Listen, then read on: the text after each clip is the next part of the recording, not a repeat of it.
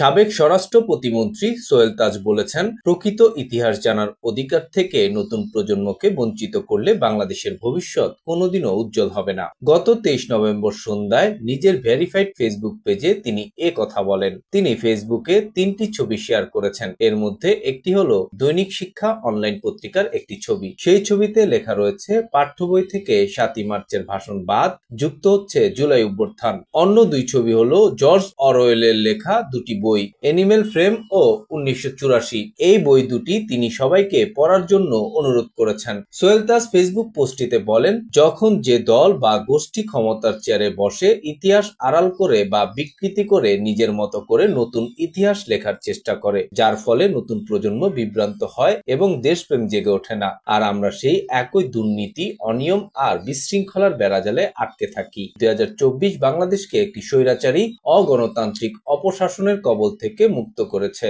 আর 1971 আমাদের স্বাধীন একটি দেশ দিয়েছে। সঠিক প্রকৃত ইতিহাস জানার অধিকার থেকে নতুন প্রজন্মকে বঞ্চিত করলে বাংলাদেশের ভবিষ্যৎ কোনোদিনও উজ্জ্বল হবে না।